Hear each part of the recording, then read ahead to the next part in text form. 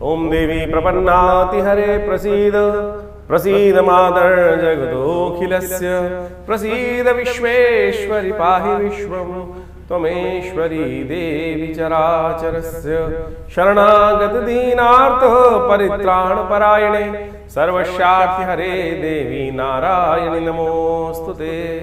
नमस्कार, स्वागत है आपका आचार्य वाणी में। मैं आचार्य डॉक्टर विक्रमादित्य आपके साथ हूँ और आपकी राशि के दृष्टिकोण से मीन राशि, बृहस्पति प्रधान मीन राशि वालों के लिए ग्रहों का योग, ग्रहों का खेल क्या होने वाला है। देखिए, ग्रहों के लिए तो परिवर्तन एक खेल ही है और परिवर्तन जो चलता है जीवन के अनुसार चलता है, लेकिन वो खेल हम पर कभी भारी पड़ जाता है और कभी हमारे वारे न्यारे कर देता है। ज्योतिष वो विज्ञान है जो आपको समझा देता है कि जो दिन आपके आने वाले हैं वो वारे न्यारे करने वाले हैं और खेल बिगड़ने से पहले हम कैसे सही मार्ग को पकड़ सकते हैं वो भी आपको रास्ता समझ लेना चाहिए। मीन राशि वालों, इस समय परिवर्तन का समय चल रहा है। सितंबर का ये जो काल है, कई ग्रहों का परिवर्तन, सूर्य, चंद्र, मंगल, बुध, शुक्र, शनि के साथ मंगल का संबंध, कहीं ना कहीं पांचों छह ग्रहों ने एक साथ कुछ ना कुछ नया जंजाल आपकी राशि के दृष्टिकोण से बनाने के योग बनाते दिखाई दे रहे हैं। और ये ग्रहों का परिवर्तन आपकी राशि के दृष्टिकोण से देखा जाए तो मीन राशि वालों, आपने सुंदर रूप से समझना चाहिए ग्रहों का योग आपके लिए 16 तारीख के लिए किस प्रकार का रहेगा। तो उस दिन मंगलवार का अवसर है, दशमी तिथि विद्यमान है और इस दिन दशमी का श्राद्ध रहेगा। ग्रह नक्षत्रों के दृष्टिकोण से संक्रांति है। इस दिन सूर्य अपना घर परिवर्तन कर रहे हैं, छठे भाव से निकलकर आपके सप्तम भाव में जा रहे हैं। बहुत शुभ हो रहा है आपके लिए। देखिए, सूर्य यहाँ पर थोड़ा कहीं ना कहीं आपके जीवन में जो पिछले 30 दिनों में थोड़ा सा चाहे वो स्वास्थ्य के दृष्टिकोण से कष्ट रहा, कैसे भी रहा, या थोड़ी सी कुछ ना कुछ प्रबल परेशानी होती रही, उन सब से तो कम से कम 50% इंप्रूवमेंट के योग तो बनाते दिखाई देंगे। लेकिन सूर्य यहाँ पर आकर आपकी राशि के सम्मुख आकर एक परिवर्तन, एक नेगेटिव परिवर्तन भी दे सकते हैं कि आपका रोष, गुस्सा थोड़ा बढ़ा देंगे, एग्रेसिवनेस बढ़ा देंगे। वो एग्रेसिवनेस शांत करनी पड़ेगी आपको। सूर्य को जल दीजिए, नित्यपति पीला पुष्प डालकर भगवान सूर्य को अर्घ्य देना, उसमें थोड़ी रोली डालना, ये जरूर आपको करने का प्रयास करना चाहिए। इस दिन मंगलवार के दिन ये संक्रांति का योग बन रहा है। हमने विवेकानंद योगाश्रम में मंगल ग्रह की स्थिति को देखते हुए, शनि ग्रह की स्थिति को समझते हुए, शनि ग्रह नवग्रह शांति महायज्ञ रखा है, सुंदरकांड का पाठ रखा है। आप भी इसमें सम्मिलित हो सकते हैं। और ये यज्ञ का समय जो है वो विशेष तौर पर शाम की तरफ रखा गया है, 6 बजे से लेकर करीब करीब रात्रि में 9 बजे तक भंडारा चलते हुए। लाभ लीजिए, कल्याण के योग बनेंगे। इससे बढ़िया संसार में यज्ञो वही श्रेष्ठतम कर्म कहा गया है, अवश्य करिए, कल्याण होगा। 17 तारीख बुधवार का दिन है, एकादशी तिथि विद्यमान है इस दिन और विशेष ग्रहों का परिवर्तन। देखिए, अब ऐसे में कितने ग्रहों का परिवर्तन का योग बन रहा है। एक चंद्रमा ग्रह भी परिवर्तन कर आपकी राशि के दृष्टिकोण से बहुत बढ़िया योग। देखिए, इस वक्त बुध अपने घर में चल रहे हैं, चंद्रमा अपने घर में चल रहे हैं और साथ साथ बाकी सब ग्रहों ने इतना सुंदर योग आपकी राशि के दृष्टिकोण से बना रखा है।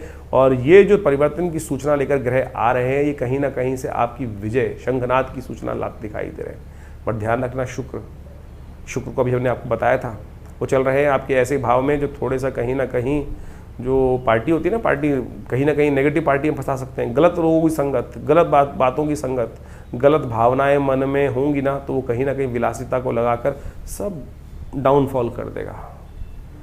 तो फिर सावधान रहें, गलत कार्य से बचते हुए कार्य करें, जो संसार में अच्छे कार्य हैं उसकी तरफ अग्रसित होने का प्रयास करें। एकादशी है, संयमित वैष्णव जीवन को करें। बाकी इशारे में हमने बहुत कुछ बोलने का प्रयास किया। इंदिरा एकादशी है, भगवान विष्णु का सुंदर स्तवन करें। हो सके तो शालिग्राम जी को पंचामृत अर्पित करके चरणामृत उनका ग्रहण करें। पंचामृत अर्पण करके चरणामृत ग्रहण करना है। वो चरणामृत जब बन जाएगा ना, अमृत बन जाएगा। अकाल मृत्युहरणम सर्वव्याधि विनाशनम विष्णु पादोदकम पित्वा पुनर्जन्म न विद्यते।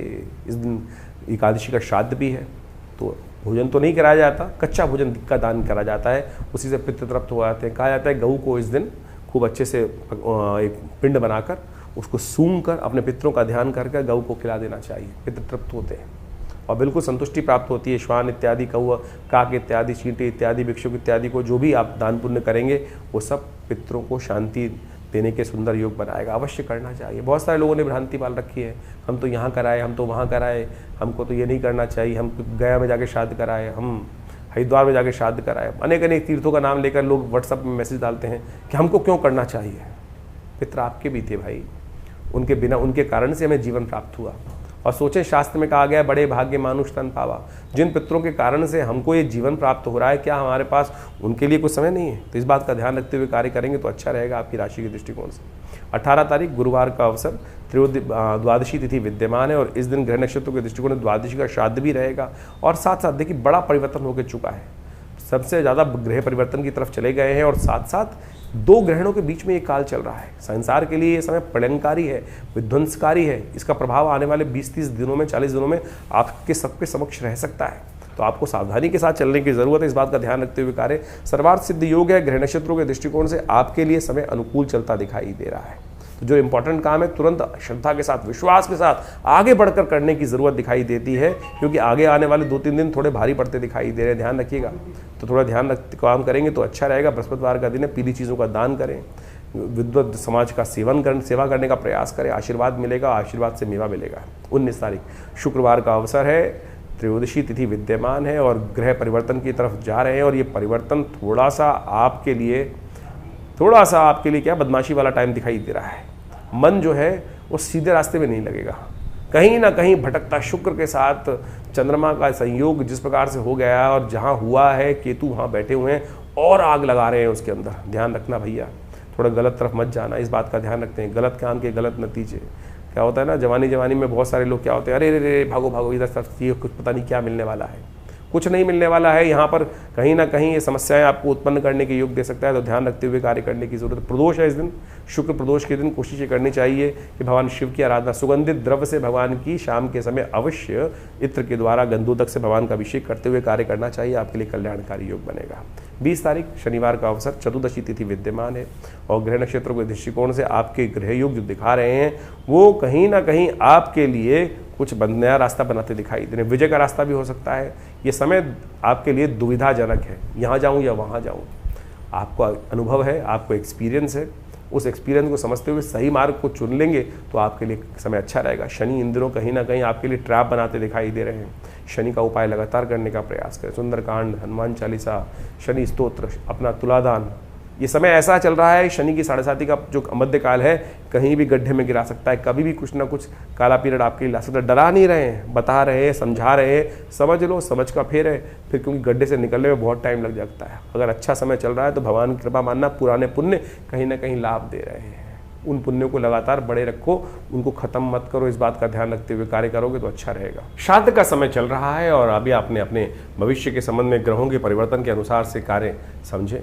देखिए, हमारे जीवन में कई बार ऐसे योग बन जाते हैं कि ग्रह बिल्कुल हमारे लिए बहुत अच्छे चल रहे हैं, सपोर्टिव चल रहे हैं, चाहे वो गोचर में हो, चाहे आपकी जन्मपत्री में दशाएं, अंतर्दशाएं, लेकिन फिर भी कई बार हमारे मनोमस्तिष्क में कई ऐसे विशेष योग परेशानी के योग बन जाते हैं जिनसे हम निवारण का रास्ता ढूंढ ही नहीं पाते हैं। हो सकता है बिल्कुल कि पितृ ऋण जैसी समस्याएं जो हों वो आपके जीवन में कष्टकारी बनी हों, तो इसीलिए हमें अपने कुछ दायित्वों का निर्वाह अवश्य करना चाहिए। श्राद्ध इत्यादि कर्म उन्हीं दायित्वों का निर्वाह करने के लिए होते हैं। यदि घर में अनचाहे कोई कष्ट चल रहे हैं, सब कुछ होते हुए, समृद्धि होते हुए भी आनंद घर में नहीं है, जीवन निरस्ता की तरफ चलता चला जा रहा है और बार बार सपने इत्यादि में पितरों का आना दिखाई देता है, या उनकी याद बहुत ज़्यादा बनी रहती है, या आपके घर में बहुत सारे काम रुके पड़े हैं, विवाह इत्यादि के काम रुके पड़े हैं, अनेक प्रकार की कुछ ना कुछ जीवन में समस्याएं कैसे ना कैसे रूप में आती रहती हैं, तो हो सकता है उसका कारण पितृ ऋण हो। और उस पितृ ऋण से निवृत्ति के लिए शास्त्र में अनेक उपाय वर्णित किए गए। हमने भी अपना बहुत सारा अनुभव देखा कि जिस समय में एक व्यक्ति आए, उनके सपने में उनके कुछ पूर्वज थे, माता पिता इत्यादि थे, माता जी इत्यादि, उनकी बार बार सपनों में आती थी और ऐसा लगता था कि कुछ परेशान स्थिति में है। वो हमारे आश्रम पे आए और हमने उनका जो भी शास्त्र के दृष्टिकोण से अनुष्ठान हो सकता है वो अवश्य कराने का रास्ता बनाया। गायत्री ऐसे में सबसे श्रेष्ठ कहा जाता है कि गायत्री का 1.25 लाख जो जप यदि यज्ञात्मक तौर पे करा दिया जाए तो पितृ निवृत्ति से, ऋण से निवृत्ति के योग बन जाते हैं। और आप सत्य माने कि वो अनुष्ठान पूर्ण आहुति कराई गई और पूर्ण आहुति कराने के कुछ दिन बाद, जैसे 21 दिन का शायद अनुष्ठान उन दिनों रहा होगा, और उसका अनुष्ठान के कराने के बाद 10 दिन बाद उनका फोन आया कि हमारे घर में जो शादी रुकी पड़ी थी, बिटिया की शादी नहीं हो रही थी, उसका भी योग बन गया।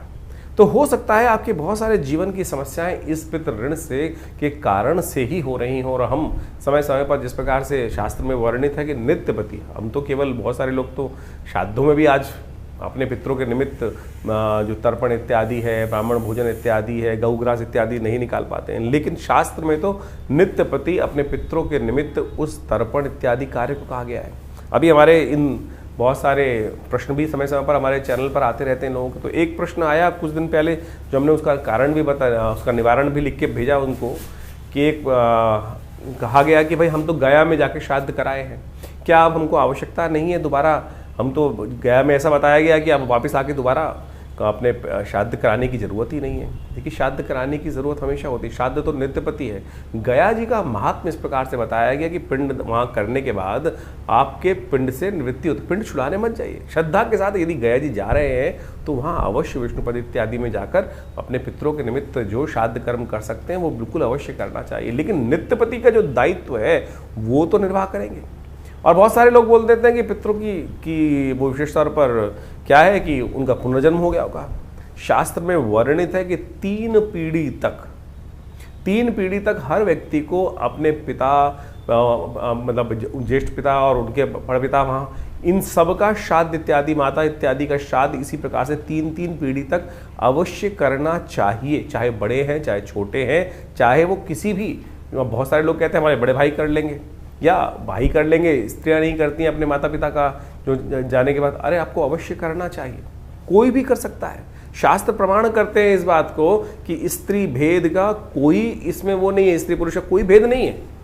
और इस बात को हमको अच्छे से यथाउचित भाव से करने का प्रयास करना चाहिए। ब्राह्मण भोजन करा दीजिए, सबसे श्रेष्ठ शास्त्र में वर्णित है। गऊ को ग्रास निकाल दीजिए, ब्राह्मण नहीं मिल रहे हैं तो गऊ को गरीबों को भोजन करा दीजिए। चींटी इत्यादि, श्वान इत्यादि, इन सब की जो बलि व्यवस्था दी गई है वो अवश्य कराने का प्रयास। बल विश्वदेव महायज्ञ के अनुसार से शास्त्र के दृष्टिकोण से बहुत सारी चीज़ें बताई गई हैं कि हमें 5 जो है उनको, ब्राह्मण को, गऊ को, श्वान को, काक को, चींटियों को, इन सबको अवश्य यथाउचित भाव से अपने पितरों के निमित्त भोजन का अवश्य व्यवस्था करने का प्रयास करना चाहिए। और इससे आप सत्य माने कि पितरों के प्रति जो ऋण है वो निवृत्ति होती ही है, और उसमें कोई बहुत ज़्यादा खर्चा करने की ज़रूरत नहीं, अपनी श्रद्धा के अनुसार से आप जैसी सामर्थ्य। और एक बात और ध्यान रखें कि यदि आप पितृ के निमित्त श्राद्ध इत्यादि कार्य कर रहे हैं, बाई चांस किसी के पास कुछ धन अभाव है, वो बाहर से उधार पकड़कर इस प्रकार की व्यवस्था बनाने का प्रयास करता है कि भाई उधार पैसे से नहीं, उधार लिया हुए पैसे से यदि पितृ कर्म इत्यादि श्राद्ध इत्यादि कर रहे हैं तो वो पितरों को नहीं लगेगा, उससे तो और ज़्यादा उनको कष्ट होगा। तो जितनी अपनी सामर्थ्य, जितनी अपनी इच्छा है, जितनी हमारी व्यवस्थाएं हैं, उसके अनुसार से हमें ये कार्य अवश्य करने का प्रयास करना चाहिए। हमने आपको बताया कि नित्यपति कौन सी तिथि में कौन सा श्राद्ध बन रहा है, उसके निमित्त अवश्य कार्य करने का प्रयास करें। देखिएगा उससे मन में कहीं ना कहीं संतुष्टि उत्पन्न होने का योग बनेगा। मन में कहीं ना कहीं जो भार है, जो जीवन में या परिवार में किसी भी कारण से बहुत सारे कष्ट चलते रहते हैं, ग्रहों के कारण से और बहुत सारे और कारण से, उन सबसे कहीं ना कहीं, और सबसे श्रेष्ठ कार्य ये कार्य अवश्य करें, यज्ञ इत्यादि करें, गायत्री का जप मानसिक तौर पर कर लें, और हो सके तो गायत्री का यज्ञ भी कर लें। तर्पण नित्यपति विधि जो शास्त्र में वर्णित है उसके अनुसार से किसी योग्य ब्राह्मण के द्वारा, पंडित जी के द्वारा अवश्य कराने का प्रयास करें। उससे क्या होगा कि पितरों को शांति प्राप्त होगी, पुत्र शांत रहेंगे तो क्या होगा, उनकी प्रसन्नता रहेगी और उनका आशीर्वाद। देखिए पितृ तो आपसे हमेशा प्रसन्न है, पितृ रुष्ट कभी नहीं होती। कहने की बात है कि पितृ रुष्ट हो गए, ये ऋण है जो वो ना चाहकर भी आप पर चढ़ जाता है। पितृ नहीं चाहते। आप ये सोचें कि हमारे माता पिता तो सदा हमारा कल्याण ही सोचते हैं। वो क्या संतान होगी जो ये सोचे कि माता पिता हमारा अनिष्ट चाहते हैं। माता पिता वो तत्व है कि जो सोते जागते उठते बैठते हमेशा कहीं ना कहीं मन के, बाह्य क्रोध दिखाई दे सकता है, बहुत सारे संसार में लोग होते हैं, लेकिन अंतःकरण की जो बात है वास्तविक तौर पे वो ऐसा संबंध है कि वो सदा हमारा कल्याण ही चाहेंगे। तो इसी प्रकार से दिवंगत होने के बाद भी पितृ हमारा कल्याण ही चाहते हैं। तो हम यदि केवल इतना सा कर लें कि थोड़ा सा एक लोटा जल लेकर उसमें थोड़े से तिल डालकर इस पितृ तीर्थ से उनके निमित्त हर रोज क्या तो करना है, तर्पण। तस्मयी सुधा, यदि स्त्री है तो तस्मयी सुधा, तस्मयी सुधा, पुरुष है तो तस्मयी सुधा, तस्मयी सुधा, स्त्री है तो तस्सई सुधा, तस्सई सुधा, तस्सई सुधा। ये स्वधा नाम की जो देवी का प्रादुर्भाव इसीलिए किया गया था कि जो हमारे पितरों तक जो हम जल इत्यादि देते हैं वो पहुंचाए। इतना सा कर्म भी करोगे ना, जैसे देवताओं को जल तो आप उंगलियों के अग्रभाग से देते हो, पितरों के निमित्त इस पितृ तीर्थ, अंगूठा और पहली उंगली के बीच में से ये जो तीर्थ है पितृ तीर्थ के निमित्त उनको नित्यपति लोटा थोड़ा सा टेढ़ा करके इस प्रकार से डाल दीजिए। क्या लगता है आपका, इतना सा कर्म ही जो है वो पितृ ऋण से निवृत्ति दे सकता है आपको। और बाकी तो शास्त्र में अनेक अनेक विधान उपस्थित, श्रीमद् भागवत का सप्ताह इत्यादि वो सब चीज़ें जो भी आप अपनी श्रद्धा के अनुसार से करें तो वो सबका सब कहीं ना कहीं आपके लिए कल्याण का माध्यम बन सकता है। तो ये श्राद्ध के जो कर्म हैं, और आजकल हम बाह्य रूप में ज़्यादा लग गए हैं। श्राद्ध के समय में बहुत सारे लोगों ने भ्रांति बना ली कि नई गाड़ी नहीं खरीदा, नए वस्त्र नहीं पहनना, नई चीज़ें नहीं बनाने। हमने इस आपको आज के अपने जो कार्यक्रम के अंदर इस वक्त जो बताया, हर रोज़ के मुहूर्त बताया आपको, सर्वार्थ सिद्ध योग, रवि योग इत्यादि योग, ये किस लिए बने हैं? योग तो निषेध नहीं है ना। तो आपकी कोई नई चीज़ लाने से आपके पितृ कतई रुष्ट नहीं होने वाले भाई, इस बात को हम समझ लें। ये तो हमारे जीवन को वासना से विमुक्त करने के लिए, संसारिक चीज़ों से हटाने के लिए इन दिनों ये भाव रखा जाता है कि हम उन पितरों के निमित्त अपने कर्म के प्रति सुदृढ़ रहें और वो उनके निमित्त अवश्य जो कर्म कर सकते हैं वो करने का प्रयास करें। बाकी जीवन की जो दिनचर्या है वो तो जैसे चलती है वैसे ही चलती रहेगी। तो इसलिए हमने कहा कि मुहूर्त करने में कोई निषेध नहीं, आपकी नई गाड़ी लाने में, श्राद्ध इत्यादि कर्म में कोई निषेध नहीं है।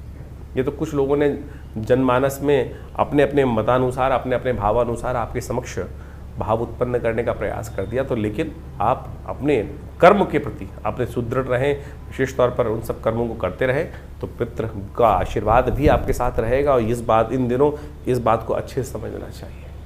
तो इससे आपके जीवन में रास्ता बहुत बढ़िया बनने वाला है। तो हमने आश्रम में व्यवस्था करी है। बहुत सारे लोग हैं जो आज विदेश में रहते हैं, उनके लिए बहुत सारी व्यवस्थाएं नहीं हो पाती हैं, लोग दिक्कत करते हैं, समझ नहीं पाते हैं किस प्रकार से करें। तो यहाँ हमने गायत्री यज्ञ, तर्पण इत्यादि और समस्त ब्राह्मण भोजन इत्यादि की सुंदर व्यवस्था करी है। जो लोग नहीं कर पाते अपने घर में, वो यहाँ पर आश्रम से उन सुविधाओं का लाभ लेकर अपने पितरों की पितृ से निवृत्ति के लिए, पितरों की आत्म शांति के लिए जो नित्यपति यज्ञ चलता है पूरे श्रावण, पूरे श्राद्ध के महीने में जो समय में, तो आप उसका लाभ लें। और जाकि विशेष कोई जानकारी है तो व्हाट्सअप कमेंट बॉक्स में जाकर आप हमारे को प्रश्न भी भेज सकते हैं, हम उनका निवारण देंगे, चैनल पर भी लिख सकते हैं। और जो आपके प्रश्न होंगे उनका प्रयास करेंगे अगले कार्यक्रम में उन सब का निदान भी देकर आप लाभ लगाएं। और लगातार आश्रम पे रविवार को जो यज्ञ रहेगा, सामूहिक गायत्री यज्ञ रहेगा पितरों के निमित्त, उसमें भी आप जुड़कर अपने प्रश्नों का हल जान सकते हैं और अपने पितरों के निमित्त इस गायत्री यज्ञ में भाग लेकर उनके लिए आत्म शांति का रास्ता ढूंढ सकते हैं।